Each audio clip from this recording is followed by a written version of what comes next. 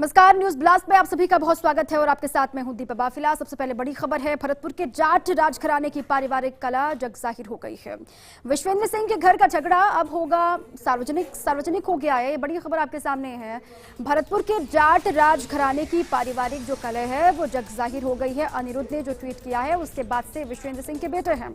विश्वेंद्र सिंह के घर का झगड़ा अब सार्वजनिक हो गया। विश्वेंद्र सिंह के बेटे अनिरुद्ध ने सोशल मीडिया पर ये मोर्चा खोल दिया है। अनिरुद्ध ने अपने ही पिता पर गंभीर आरोप लगाए। अनिरुद्ध ने लिखा है कि मैं अपने पिता से 6 सप्ताह से नहीं मिला हूं और मेरे पिता मेरी माता को लेकर वायलेंट हो गए हैं। शराब के नशे में मेरे दोस्तों के व्यापार बर्बाद कर रहे हैं। अनिरुद्ध ने साफ तौर से अपने पिता को लेकर ही ये बातें कही हैं। लगातार एक के बाद एक कई ट्वीट कर रहे हैं। अब अपने पारिवारिक कलह को लेकर ही अनिरुद्ध का ट्वीट है, वो साफ तौर से कह रहे हैं कि अपनी माताजी को लेकर उनके पिताजी वायलेंट हो गए हैं। इसके क्या मायने हैं? अब मुख्यमंत्री गहलोत जुड़े को ऐप के जरिए मातृभाषा में जुड़ गए हैं आम लोगों से। ऐप के जरिए सीएम गहलोत ने ऑफिशियल अकाउंट बनाया। @गहलोत अशोक के जरिए जुड़ सकते मुख्यमंत्री से आम लोग भी अपने नेताओं से जुड़कर कर सकते हिंदी में संवाद। ऐसी खबर है कि अपने नेताओं से जुड़कर हिंदी में संवाद आम लोग कर सकते हैं। को ऐप भारत में ही तैयार एक सोशल मीडिया प्लेटफॉर्म है। देश के अधिकतर मुख्यमंत्री जुड़ रहे इन प्लेटफॉर्म्स के जरिए ही आम लोगों से संवाद अलग अलग राज्यों के मुख्यमंत्री अलग अलग प्लेटफॉर्म्स के माध्यम से कर रहे हैं। अब तक 60 लाख से ज्यादा यूजर्स जुड़ चुके हैं को ऐप से। ऐसी खबर है, खुद ये ऐप बनाया गया और उस ऐप के जरिए आम लोगों को जोड़ने की कोशिश की जा रही है। आम लोग अपनी भाषा में, मातृभाषा में जुड़कर अपने सवाल कर सकते हैं, अपनी बात रख सकते हैं। खुद अगर कोई सवाल है इस मुश्किल वक्त में वो भी पूछ सकते हैं। ऐप के जरिए सीएम गहलोत ने ऑफिशियल अकाउंट भी बनाया है। @गहलोत अशोक के जरिए मुख्यमंत्री से जुड़ सकते हैं, उनसे बात कर सकते हैं, सीधा संवाद कर सकते हैं। अपने नेताओं से जुड़कर हिंदी में संवाद आम लोग कर सकते हैं। ये उनकी सहूलियत के लिए ऐप तैयार किया गया है। को ऐप भारत में ही तैयार किया गया सोशल मीडिया प्लेटफॉर्म है और देश के अधिकतर मुख्यमंत्री इस प्लेटफॉर्म के माध्यम से जुड़ रहे हैं। अब तक 60 लाख से ज्यादा खबर है कि यूजर्स इस ऐप से जुड़ चुके हैं।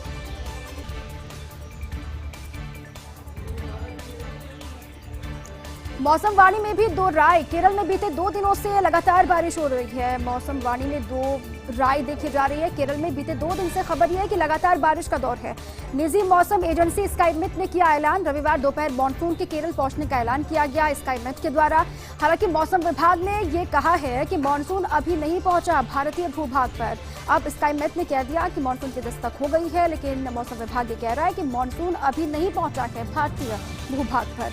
तटीय इलाकों में हो रही बारिश है मॉनसून पूर्व की, प्री मॉनसून की हलचल है, दस्तक है तटीय इलाकों में जो लगातार बारिश हो रही है। मौसम विभाग ये कह रहा है 3 जून तक केरल पहुंच सकता है मॉनसून। ये मौसम विभाग का आकलन है। ये कहा जा रहा है कि 3 जून तक अपने तय समय के मुताबिक ही केरल मॉनसून पहुंचेगा। केरल में मॉनसून की दस्तक देने की सामान्य तिथि है 1 जून। अक्सर अमूमन हर साल आप देखते हैं कि केरल में दस्तक देती है मॉनसून 1 जून के आसपास। स्काईमेट ने 30 और मौसम विभाग ने 31 मई दिया था पूर्वानुमान।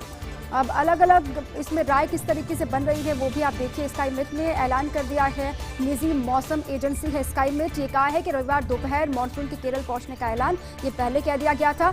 हालांकि मौसम विभाग ने ये कहा है कि मॉनसून अभी भारतीय भूभाग पर नहीं पहुंचा है, दस्तक नहीं हुई है। जो तटीय इलाकों में दस्तक इस वक्त हो रही है, तेज बारिश अलग अलग हिस्सों में जो हो रही है वो प्री मॉनसून की हलचल है। अब खबर ये कि 3 जून तक केरल मॉनसून पहुंच सकता है। अक्सर हर साल आप देखते हैं मॉनसून की दस्तक देने की सामान्य तिथि है 1 जून। जो अक्सर आने वाली मॉनसून की तारीख है वो 1 जून है। स्काईमेट ने 30 और मौसम विभाग ने जो पहले पूर्वानुमान लगाया था वो 31 मई का दिया था। उसके बाद से अब हलचल जो शुरू हुई है उसको लेकर कई तरह की बातें भी की जा रही हैं। अब 2 राय कैसे हो सकती है मॉनसून के आगमन को लेकर। अब मौसम विभाग ने कह दिया है कि अभी जो हलचल इस वक्त देखी जा रही है तटीय इलाकों में वो प्री मॉनसून का असर है। मॉनसून 3 जून तक केरल पहुंच सकता है। इसके लिए सावधानी सभी को बरतनी होगी अपने स्तर पर भी। अब केरल में मॉनसून के दस्तक देने को लेकर कई तरह की बातें हैं जो इस वक्त चल रही हैं सोशल मीडिया प्लेटफॉर्म पर भी। ये बड़ी खबर आपको बताएं, महत्वपूर्ण खबर है। मौसम वाणी को लेकर 2 राय देखी जा रही है। बीते 2 दिन से लगातार मूसलाधार बारिश केरल में हो रही है। अलग अलग हिस्से ऐसे हैं, कई तटीय इलाके केरल के ऐसे हैं जहां पर लगातार बारिश हो रही है। आम लोगों को पहले ही कह दिया गया था तेज बारिश होगी, घरों से बाहर नहीं निकलना है। हालांकि लॉकडाउन की स्थिति है, कोविड भी है, इसी वजह से भी लोग घरों में हैं। लेकिन जो कुछ लोग घर से बाहर निकलते हैं उनको भी सावधानी बरतनी है, क्योंकि तेज बारिश अलग अलग हिस्सों में हो रही है। जल भराव की स्थिति पैदा होगी, लोगों को परेशानी का सामना करना पड़ेगा। अब जो निजी मौसम एजेंसी है स्काईमेट, उसने ये ऐलान किया था, स्काईमेट ने कहा था कि रविवार दोपहर मानसून के केरल पहुंचने का ऐलान उनकी तरफ से कर दिया गया। जो बारिश 2 दिन से हो रही है, स्काईमेट ने मान लिया था कि मानसून की दस्तक हो चुकी है, मानसून ने दस्तक केरल में दे दी है, उसके बाद से ही बारिश हो रही है। हालांकि मौसम विभाग इसके इतर कुछ और ही कह रहा है। मानसून अभी नहीं पहुंचा है भारत में, ये मौसम विभाग का अनुमान है। जो अलग अलग हिस्सों में बारिश हो रही है वो मानसून पूर्व की बारिश है, प्री मानसून की हलचल है। अब 3 जून तक केरल में मानसून के पहुंचने की खबर है, मौसम विभाग ने अनुमान लगाया है। और मानसून के दस्तक देने की जो तारीख है, सामान्य जो तारीख है वो 1 जून है। स्काईमेट ने 30 और मौसम विभाग ने 31 मई का वक्त दिया था, पूर्वानुमान लगाया था। अब मौसम विभाग ये कह रहा है कि 3 जून को मानसून दस्तक दे सकता है केरल में। अभी जो हलचल हो रही है प्री मानसून एक्टिविटी है, ये मानसून कतई नहीं है। प्रदेश भर में बदला मौसम का मिजाज, कल कई जिलों में आंधी के साथ प्री मानसून बारिश हुई थी। प्रदेश भर में भी मौसम का मिजाज बदल गया है। कई हिस्से ऐसे हैं जहां पर तेज आंधी के साथ बारिश हुई, प्री मानसून की दस्तक की है। मौसम विभाग के अनुसार नया पश्चिमी विक्षोभ सक्रिय हुआ है और जिससे अगले 5 से 7 दिन पूर्वी और पश्चिमी राजस्थान में आंधी बारिश हो सकती है। ये भी कहा गया मौसम विभाग के द्वारा कि अगले 5 से 7 दिन का वक्त ऐसा है जब पूर्वी हिस्सों में राजस्थान के और पश्चिमी हिस्सों में आंधी बारिश का दौर देखने को मिल सकता है। और इस दरमियान तापमान में 5 से 7 डिग्री तक गिरावट आ सकती है। जो भयंकर गर्मी इस वक्त हो रही है उससे थोड़ी सी राहत मिलेगी। 5 से 7 डिग्री तक गिरावट दर्ज की जा सकती है तापमान में। जयपुर में भी अगले 6 दिन आंधी बारिश का दौर चलेगा। मौसम विभाग ने कहा है कि जयपुर में भी, राजधानी में भी अगले 6 दिन आंधी बारिश का दौर चलने के आसार हैं। बारिश से 5 जून तक पारा 36 डिग्री पर आ सकता है, ऐसी भी खबर है। ये राहत वाली बात है। बारिश अगर होगी तो खबर ये कि 5 जून तक पारा 36 डिग्री पर आ सकता है, जबकि जून में गर्मी और पारा रहता है चरम पर। जबकि अक्सर हर साल आप देखते हैं जून में गर्मी और पारा चरम पर रहता है, लेकिन अभी मौसम विभाग ने कहा है कि अगर बारिश होगी तो 5 जून तक जो पारा है, जो डिग्री है, वो 36 डिग्री पर पहुंच जाएगा। जयपुर में भी अगले 6 दिन बारिश होने के आसार है। कई हिस्से जयपुर के बताया जा रहा है ऐसे हैं जहां पर तेज आंधी भी चलेगी, कहीं पर तेज बारिश भी होगी, आंधी तूफान का दौर भी देखने को मिल सकता है। प्रदेश के अलग अलग हिस्से ऐसे हैं जहां पर पिछले कई दिनों से बारिश का दौर लगातार जारी है। कई जिलों में आंधी के साथ बारिश भी हुई, इसको प्री मानसून हलचल कहा जा रहा है। मौसम विभाग के अनुसार नया पश्चिमी विक्षोभ जो है वो एक्टिव हो गया है, सक्रिय हो गया, डिस्टर्बेंस है, जिससे अगले 5 से 7 दिन पूर्वी और पश्चिमी राजस्थान में आंधी बारिश होगी। और इस दरमियान तापमान में 5 से 7 डिग्री तक गिरावट आ सकती है। जयपुर में भी अगले 6 दिन ऐसे होंगे जब बारिश का दौर भी आपको देखने को मिलेगा, आंधी का दौर भी होगा। और 5 जून तक का पारा, ये कहा जा रहा है, 36 डिग्री पर आ सकता है, ऐसा अनुमान है। और जून में अक्सर आपने देखा होगा गर्मी और पारा चरम पर रहता है, लेकिन इस बार राहत बारिश की वजह से लोगों को मिल सकती है। बचपन पर भी भारी कोरोना ने वैसे हमसे छीना है बहुत कुछ। बचपन पर भी भारी कोरोना किस तरीके से पड़ रहा है, बहुत कुछ छीना कोविड ने। अब बच्चों पर भी कोरोना ने डाला बुरा प्रभाव। बच्चे इससे अभी तक अछूते थे, हम कह सकते थे, लेकिन अब बच्चों पर भी कोरोना का कहर दिखाई दे रहा है। बुरा असर कोविड डाल रहा है। पिछले वर्ष 3 साल के राजस्थान में हुए करीब 28 लाख बच्चे, पिछले वर्ष 3 साल के राजस्थान में करीब 28 लाख बच्चे, लेकिन कोरोना की वजह से अब तक नहीं देख पाए स्कूल का मुंह। 3 वर्ष के ऐसे बच्चे हैं जिनकी संख्या 28 लाख है, लेकिन कोविड की वजह से वो अभी तक स्कूल का मुंह नहीं देख पाए। बच्चा स्कूल का माहौल और दूसरे बच्चों से सीखता है बहुत कुछ। मनोचिकित्सकों के अनुसार अनुशासन में रहने, समय से काम करने, चीज़ें शेयर करने जैसी अच्छी आदतें बच्चे स्कूल से ही सीखते हैं। लेकिन 3 वर्ष के बच्चे 28 लाख है राजस्थान में जो अभी तक स्कूल का मुंह नहीं देख पाए हैं। इसीलिए अब चिंता शुरू हो गई है। वो पेरेंट्स की भी है, जो मनोचिकित्सक हैं वो भी चिंता जाहिर कर रहे हैं।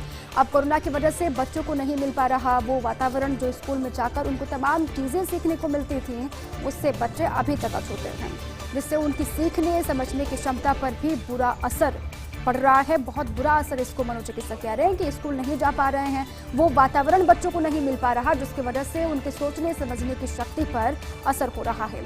तीसरी लहर में बच्चों को खतरा देखते हुए इस साल भी स्कूल खुलने की जो संभावना है बेहद कम दिखाई देती है। खबर ये भी लगातार ये एक्सपर्ट्स कह रहे हैं, सरकारें भी इसको लेकर चिंतित हैं कि तीसरी वेव आएगी, बच्चों को इससे और भी ज़्यादा खतरा है। पहली लहर में बच्चे सुरक्षित थे, दूसरी वेव आई, थोड़े बहुत बच्चे संक्रमित हुए अलग अलग हिस्सों में, अलग अलग राज्यों में, लेकिन तीसरी वेव के लिए साफ तौर से ये कह दिया गया था कि जब तीसरी लहर आएगी तो सबसे ज़्यादा खतरा बच्चों को ही होगा। तो अब इस साल भी स्कूल खुलने की संभावना बेहद कम है। जो चिंता है वो लगातार बढ़ रही है बच्चों के भविष्य को लेकर भी। अब आप सोचिए 28 लाख बच्चे सिर्फ 3 वर्ष के हैं जिनको स्कूल जाना था, लेकिन कोविड की वजह से स्कूल नहीं जा पाए। अब इनका क्या होगा, कैसे वो परिवेश इनको मिलेगा, कैसे वातावरण मिलेगा स्कूल वाला, इसको लेकर जो अभिभावक हैं वो भी बेहद चिंतित हैं। एसएमएस नर्सिंग कॉलेज का रिकॉर्ड, स्टाफ से लेकर सभी स्टूडेंट ने दोनों डोज लगवाकर बनाया 100% वैक्सीनेशन का रिकॉर्ड। ये बड़ा रिकॉर्ड है अपने आप में। एसएमएस नर्सिंग कॉलेज का ये बड़ा रिकॉर्ड आपको बता रहे हैं। स्टाफ से लेकर सभी जो स्टूडेंट्स हैं दोनों डोज लगवा लिए हैं और लगवाकर 100% वैक्सीनेशन का रिकॉर्ड बना लिया है। 600 स्टूडेंट्स, 100 कर्मचारी निभा रहे वॉरियर्स की भूमिका। प्रिंसिपल ने सभी स्टाफ स्टूडेंट्स के लिए वैक्सीन लगवाना अनिवार्य किया हुआ है। अब 600 स्टूडेंट्स होम आइसोलेट मरीजों को पहुंचा रहे मेडिकल किट, जबकि नर्सिंग स्टाफ आरवीएचएस में मरीजों के बीच जुटा रहे मदद कर रहे हैं, वहां पर लगातार जुटे हुए हैं पूरी शिद्दत से। अब ये अपने आप में बड़ा रिकॉर्ड है जो एसएमएस ने कायम किया है। देश में 5G का परीक्षण, दिल्ली, मुंबई, गुजरात और कोलकाता के कई हिस्सों में किए जाएंगे इसके परीक्षण। देश में 5G का परीक्षण हो रहा है। दिल्ली, मुंबई, गुजरात, कोलकाता के कई हिस्से ऐसे हैं जहां पर परीक्षण किया जाएगा। दूरसंचार विभाग टेलीकॉम कंपनियों से कहेगा, शहरी के साथ साथ ग्रामीण इलाकों में भी परीक्षण के लिए खबर यह है कि वो कहेगा।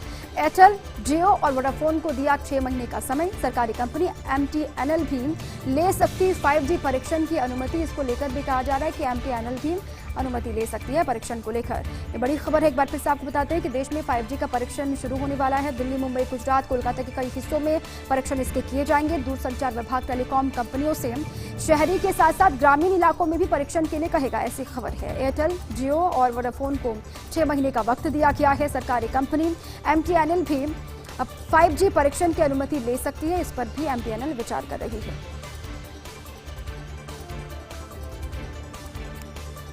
आप जहां जहां जाएंगे गूगल का साया हमेशा साथ होगा। गूगल के एक आधिकारिक दस्तावेज में हुआ खुलासा। अमेरिका में कंपनी के खिलाफ मुकदमे में पेश दस्तावेजों से खुलासा हुआ है। गूगल ने स्मार्टफोन बनाने वाली कंपनियों पर डाला दबाव, लोकेशन डेटा की सेटिंग में बदलाव को जटिल बनाने को कहा है।